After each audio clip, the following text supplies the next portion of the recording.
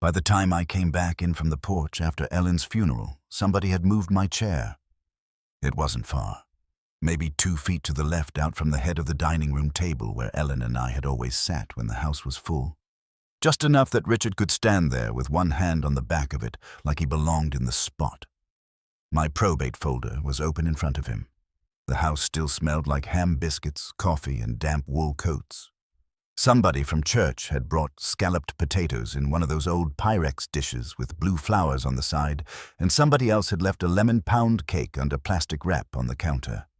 The sink was full of rinsed casserole spoons and paper plates bent soft with gravy. It was late October in southern Indiana, the kind of gray afternoon where the light goes weak before supper, and every room looks a little more tired than it did in the morning. I stood in the doorway between the kitchen and dining room with Ellen's folded funeral program still in my hand. Richard was saying something low to his older girl, Laura, and to his younger one, Denise. He had my folder open like he'd been born to it. Property tax notice on top, bank envelope underneath. The little yellow note I'd written last night was still clipped to the corner in my printing. Ask Margaret about reserve account and dock insurance. Laura looked up first. You need anything, Uncle Frank? Uncle Frank. Not Frank. Not Ellen's husband. Not the man whose name was on half the bills in that folder. Just something soft and sideboarded the way people talk to you when they've already started arranging you in their minds. I was looking for that chair, I said. Richard turned, gave me that tired, practiced face he'd worn all week, the one that looked solemn from across a room and satisfied up close. Oh, he said. We shifted things round a little. Folks were crowding. I looked at the chair, then at him, then at the folder. Looks like you shifted more than that. He smiled without showing teeth. Just trying to help. Ellen had been dead 4 days. You say a thing like that to yourself enough times and it starts sounding like a sentence from somebody else's life. 4 days. She'd been in this house for 32 years with me, and dead for 4 days, and already her brother had his hands on the paperwork. I set the funeral program down beside the sugar bowl and reached for the coffee pot. It was still warm. That surprised me. I'd lost track of how many cups I'd poured for other people since Tuesday. Richard closed the folder halfway, but not all the way. You sit down, Frank. I told the girls I'd take care of the legal pile for now. The coffee stopped just short of the rim. I set the pot back on its burner. I didn't know anybody had to take care of it for me. It's not like that. He kept his voice even almost kind. Richard had always known how to use kindness like a handle. You've had enough on you. No point in troubling yourself with paperwork today. Denise gave a little nod. Like that settled it. I took my mug and sat in the moved chair, not because I liked it there, but because I wanted to see what happened if I didn't make a production out of it. The wood was cold through my suit pants. Ellen used to keep a cushion on the chair this time of year because the draft from the front windows slid under the room no matter how much weather stripping I put in. Across from me, Richard laid his palm on the closed folder. Margaret can wait till next week, he said. Nobody needs to be making decisions right now. That sounded reasonable if you didn't know he'd already made one by opening the folder. Laura stood near the sideboard with a stack of sympathy cards, turning them all the same direction. I can take these upstairs if you want. You can leave them, I said. She hesitated, then set them down anyway. Of course. That was another thing I'd noticed since Ellen passed. Everybody said of course, right after ignoring me. The back door opened and let in a ribbon of cold air. My neighbor Pete from 2 houses down stuck his head in, dropped off a foil pan, shook my hand too hard, because he didn't know what else to do with grief, and left again before the air had warmed back up. Richard was already reaching past me for a pen. I watched his hand move over my table. 50 years old that oak table was. Ellen and I found it at an auction outside Bloomington back when we still bought furniture we could barely fit in the truck. She said she wanted a table that looked like a family might tell the truth at it. Not much truth getting told there now. Richard opened the folder again. The Lake Place taxes come due in December. I kept my eyes on my coffee. You seem to be reading fine on your own. He laughed once under his breath, like I was a man trying too hard on a day he ought to let better people carry things. Frank, he said, don't be that way. That way. I'd heard that phrase before. 28 years ago, when Ellen's mother decided the Hales ought to host Christmas Eve at her house instead of ours, because Denise was little then and family traditions matter. 15 years ago, when Richard talked over me about repairs at the lake house, though I was the one who'd rebuilt the west side steps after the spring flood. 6 summers ago on the dock, when he told Ellen not quietly enough that family property ought to stay under family judgment. I'd been 10 feet away with a wrench in my hand, pretending to be busy with a boat cleat because Ellen caught my eye and gave me that look that meant, let it pass. Not because she agreed, because she was tired. I let plenty pass for Ellen. That was the old wound, I suppose. Not one big dramatic thing, just a long row of smaller ones laid end to end until they started to look like normal life. Laura cleared her throat. Dad, do you want me to go ahead and start upstairs? Richard nodded toward the hallway. Might as well. I looked up. Start what?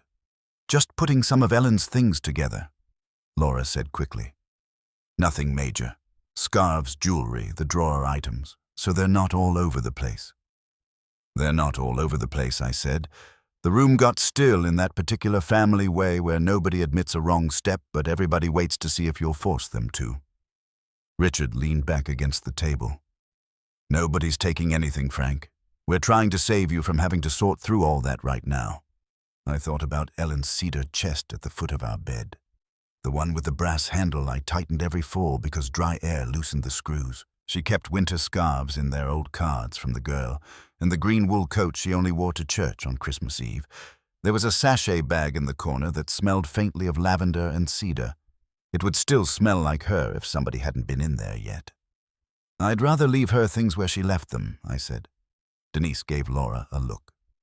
Laura set the cards down and folded her hands in front of herself. Richard made a show of softening his voice. Frank, son, nobody's trying to hurt you. I was 71 years old, and that man had known me more than 30 years. He had never once called me son before Ellen died. I stood up with my coffee in one hand and the funeral program in the other. I'm going upstairs. You should rest, Richard said behind me. I kept walking. Our bedroom door was half open. That made my stomach tighten before I even touched it. Inside, the cedar chest lid was raised 6 inches. Not wide, not ransacked. Just enough to show somebody had already gone in. I stood there a while, looking at that crack of dark wood and folded fabric, and I felt something small and hard settle in my chest. On Ellen's nightstand, my phone buzzed. I picked it up and saw the number for Tom Weller, the caretaker up at the lake place. I hit play on the voicemail and held the phone to my ear while the house downstairs went on clinking and murmuring like nothing in it had shifted at all. Frank. Hey, it's Tom. Just got a call from your brother-in-law, Richard Hale.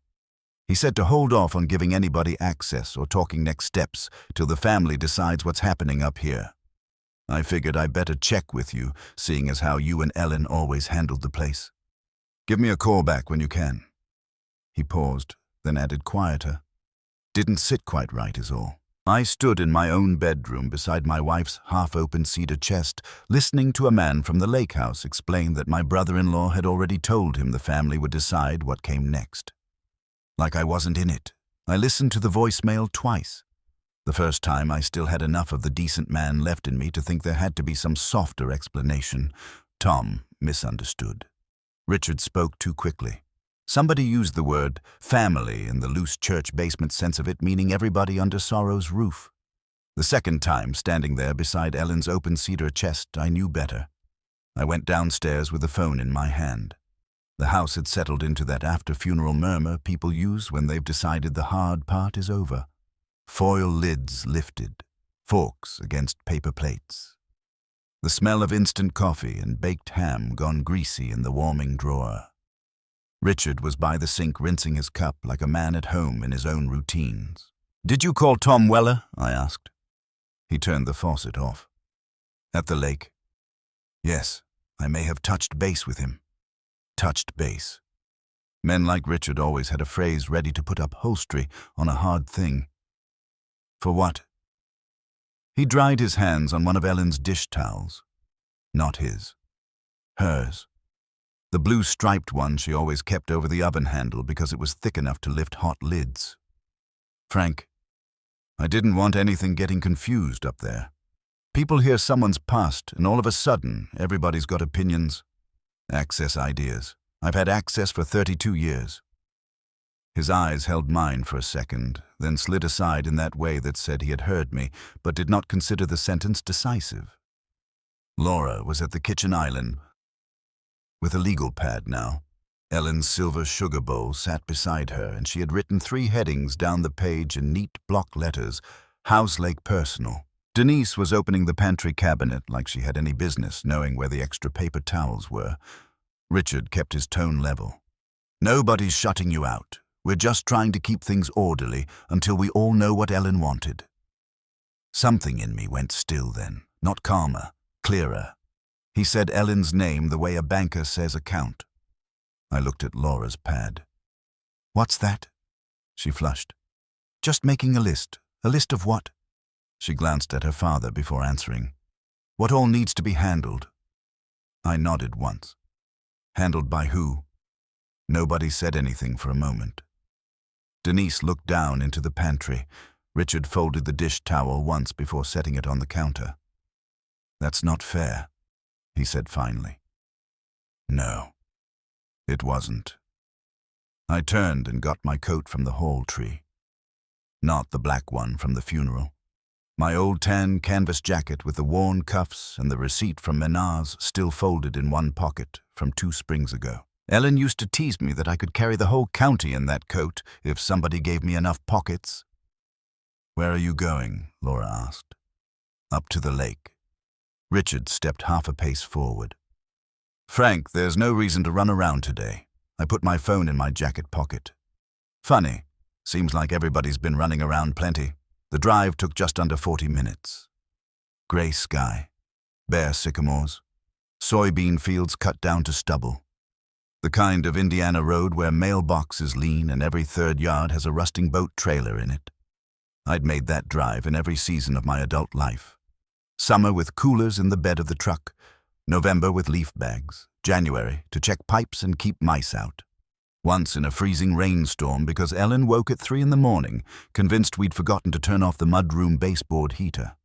We hadn't, but I went anyway, because marriage is sometimes just taking another person's worry seriously until it stops hurting them. By the time I pulled into the gravel drive, the lake looked like sheet metal, flat and pale under the low sky. The little house sat where it always had brown siding green shutters. One gutter corner still bent from the storm 5 years ago that I never got around to replacing because Ellen said it gave the place character. Tom Weller came out from around the side carrying a leaf rake. He was 60 if he was a day broad in the shoulder, face gone red from weather and coffee. He lifted a hand. Frank. I got out and shut the truck door. You talked to Richard. Tom leaned the rake against the porch. I did. That's why I called. Didn't sound right to me. What exactly did he say? Tom shrugged once. Said with Ellen gone, the family needed to decide how the place was going to be managed. Said best not to give out keys or make assumptions till things got sorted. Managed. Like it was a marina account or storage unit. I looked past Tom to the porch rail where Ellen used to set her coffee mug in the mornings. There was still a ring in the paint from last summer, because she never remembered a coaster outdoors, and I never had the heart to scold her for it. Did you give him a key? I asked.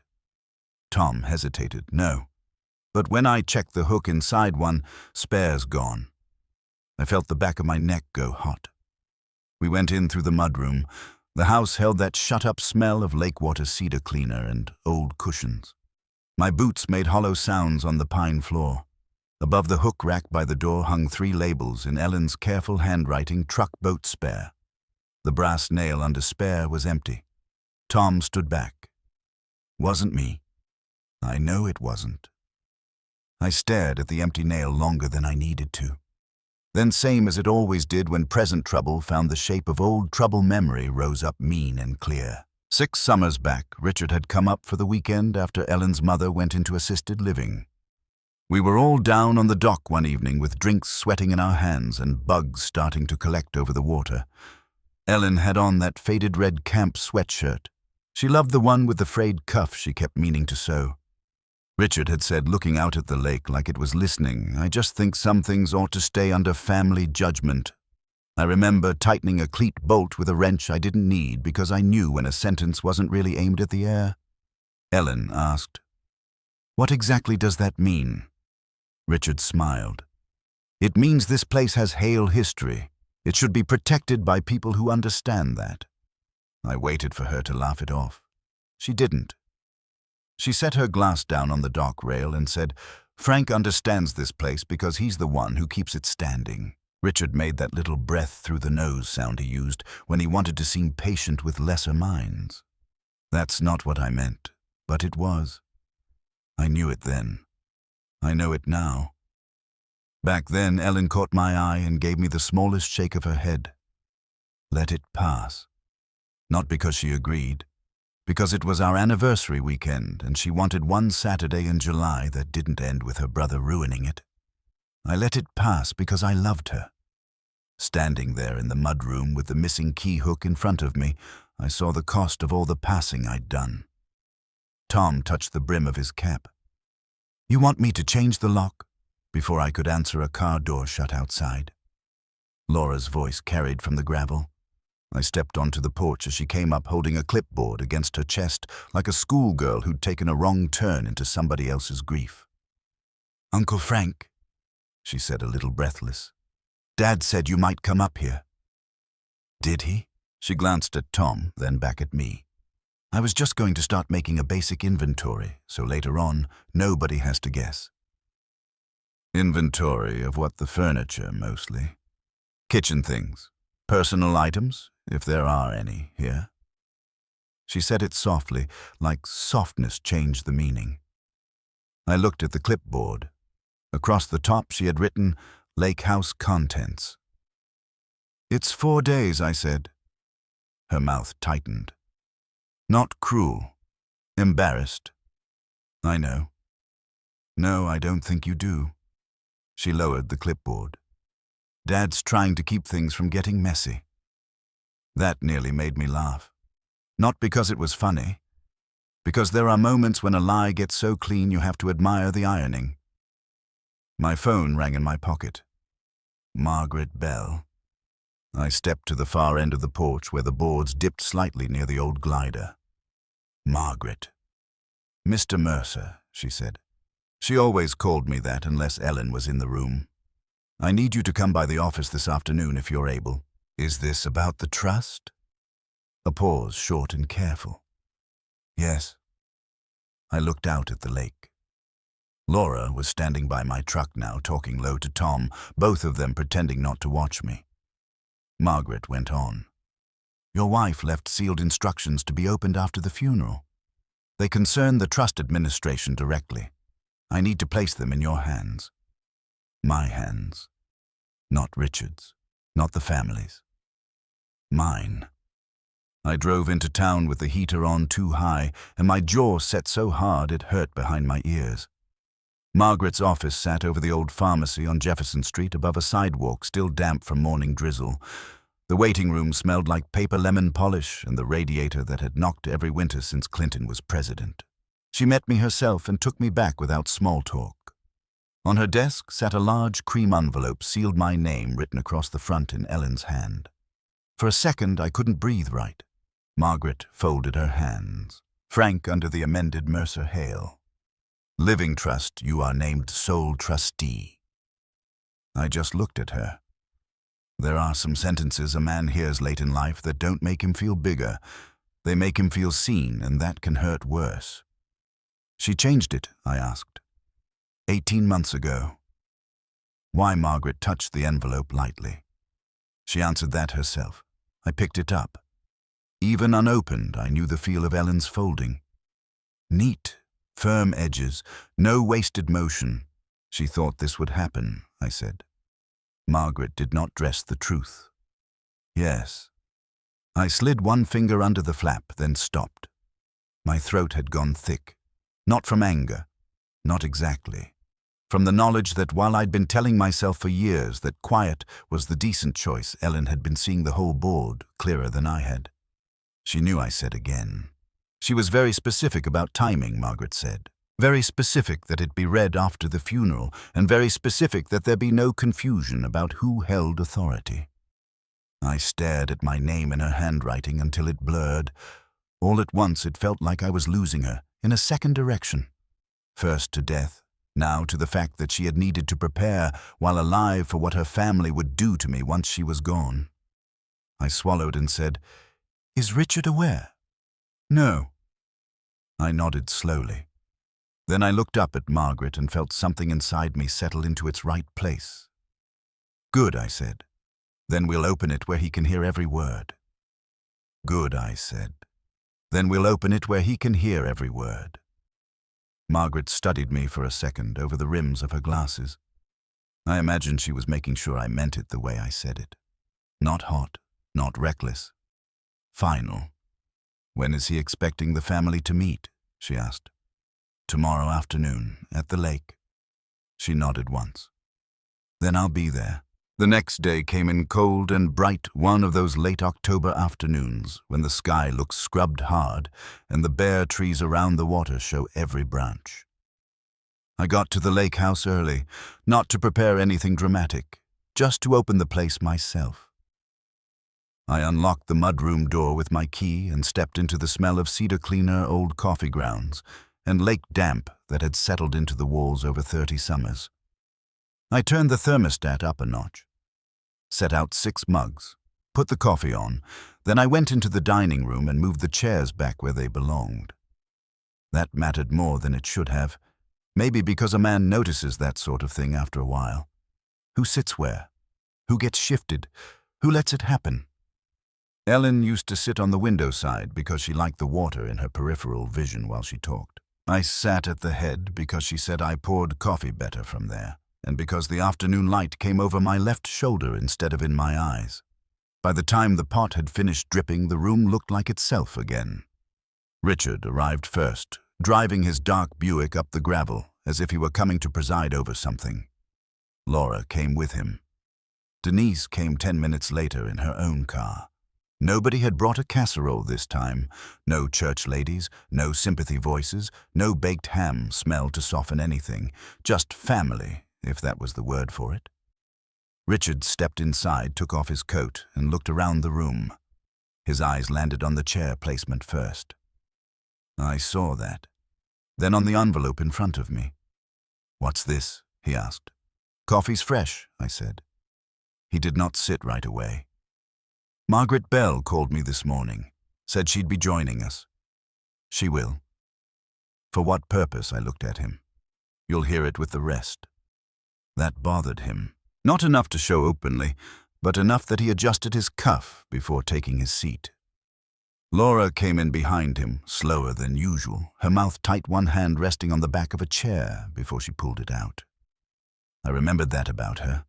Even as a girl, whenever she felt caught between what she'd been told and what she felt, she touched furniture first, like she needed something solid to go through her hand.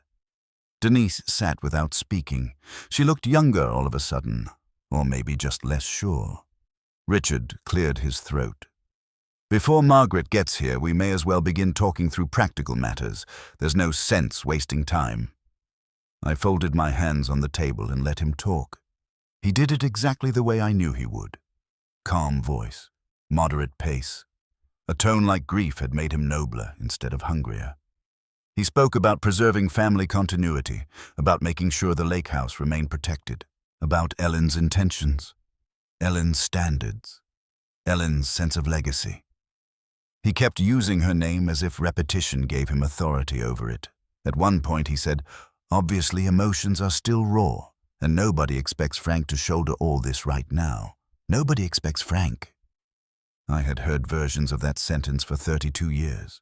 Nobody expects Frank to understand the Hale side of things. Nobody expects Frank to care about the family silver. Nobody expects Frank to weigh in on what Ellen would want. Harmless enough one at a time. Together, they made a life feel rented. The knock came right as Richard was talking about access to the boat shed. Margaret Bell entered in a dark wool coat leather briefcase in hand, wind putting color in her cheeks. She nodded to everyone, set the briefcase on the sideboard, and took the empty chair across from me. Richard gave her his church voice. "Margaret." We weren't aware this had become formal. "It was formal the day your sister signed it," she said. The room went still. She opened the briefcase, withdrew the cream envelope, and laid it on the table with a care that made everybody watch her hands. "I'm here," she said, "because Ellen Mercer left specific instructions regarding the administration of her trust and the timing of this disclosure." Richard leaned back.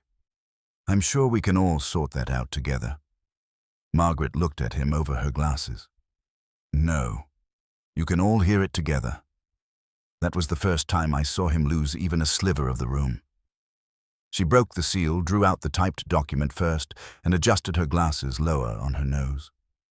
Under the amended Mercer-Hale Living Trust, she began executed and witnessed on April the 14th of last year, Franklin Mercer is appointed sole trustee with full authority to manage, preserve, distribute, and protect all trust-held assets according to my written instructions. Nobody moved. Margaret kept reading. Dates. Witnesses. Execution language. All the machinery Richard would have challenged if it had been loose. But it wasn't loose. Ellen had tied every knot herself. Richard put one hand flat on the table. "That doesn't make sense." Margaret did not even look up. "It does in fact make legal sense, Mr. Hale. I'm not talking about legal phrasing. I'm talking about Ellen." At that, something in me hardened cleanly. "You've been doing that all week," I said. "Talking about Ellen like you were issued the right." He turned toward me, color rising at the base of his neck. "Frank, I'm her brother." "Yes," I said. "And I was her husband." Nobody spoke after that. Not Richard, not the girls, not even the lake water outside, though I could see it shifting through the window. Margaret set the typed pages aside and slid the handwritten letter toward me. "This is yours to read if you choose." I picked it up. Ellen's folding. Ellen's hand. Blue ink. For 1 second the room disappeared, and all I could see was her at the kitchen counter, head tipped slightly, making neat thirds in a page before tucking it in an envelope. My voice was steady when I began. "If you're hearing this," I read, "then Richard has already started doing what he has always done when grief or family property enters a room. He has mistaken blood for judgment." Laura let out a breath. I don't think she knew she was holding. I kept reading.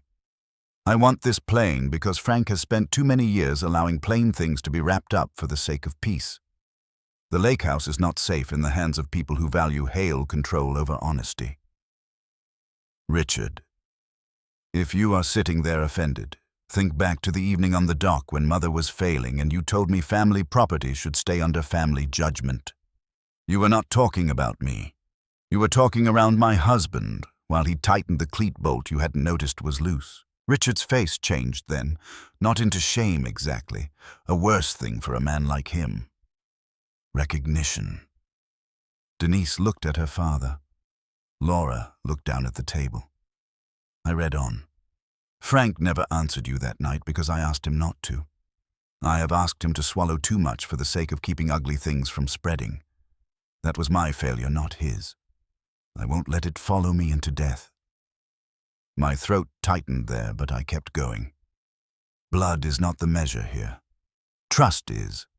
Frank is the one who kept this house standing, kept our accounts straight fixed, what broke before anyone else knew it was breaking, and loved me without trying to turn my life into a Hale possession.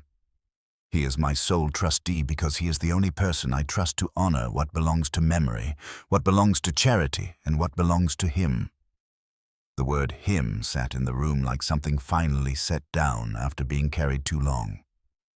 Richard pushed back from the table. "This is absurd." "No," Laura said quietly. We all turned toward her. She had both hands clasped in front of her, now knuckles white. "It isn't." Richard stared at her. Laura. She lifted her eyes. Dad, it isn't. That was the end of him more than the paperwork. The minute one of his own stopped lending him the room, all that careful authority showed its frame. I folded the letter once, not all the way, and set it on the table. For 4 days I said I let myself think maybe grief had everybody off balance. Maybe that was all this was, but you called the caretaker. You sent your daughter up here with an inventory sheet. You opened Ellen's life before the flowers were dead. Don't stand in this house and tell me you are helping. Richard opened his mouth. I raised one hand. Not high, just enough. No, you've said enough for 1 week. He closed it. The trust will be administered the way Ellen wrote it. The lake house stays under my authority unless and until her instructions say otherwise. Nobody enters this place or my home to sort, list, remove, or decide a thing without my say. If that embarrasses you, take it up with the truth. I'm done taking it up with your manners. You could hear the small heater kick on in the mudroom. Somewhere down near the shore, a boat line tapped lightly against wood. Margaret gathered the typed documents. Denise stared at the table. Laura looked at me then, and there was something in her face I had not seen before. Not apology. She hadn't earned that yet, but the beginning of sight. Richard stood. You're making a mistake. I looked at him and felt for the first time in years no need at all to soften what was true. No, I said, I made that mistake for 32 years. He left without another word. Denise followed after a moment. Laura stayed just long enough to whisper, I'm sorry, without dressing it up, then took her coat and went too. When they were gone, Margaret touched the top edge of the folded letter. She loved you very clearly, she said. I nodded because that was the kind of sentence a man doesn't answer quickly if he wants to stay standing. After she left, I carried my coffee out to the dock. The sun had dropped low enough to bronze the tops of the ripples. Ellen's old metal chair was still there, paint flaking at the arms. I sat down in it, and the lake made that familiar tapping sound against the posts, patient and small. For a long time I just sat with the letter in my hands. Then I unfolded it once more and looked at her writing until it steadied inside me. Not the part about Richard, not even the part about trust, just her name at the bottom, Ellen Mercer. The hand I had watched write grocery lists, birthday cards, church checks, notes for the plumber. Little reminders taped to the coffee maker when she had an early hair appointment. I folded the letter back into thirds the way she had, sharp and neat. The air had gone cooler. Across the lake, somebody's porch light came on early. For the first time since the funeral, the quiet around me did not feel like being left out of something. It felt like a place that still knew my name.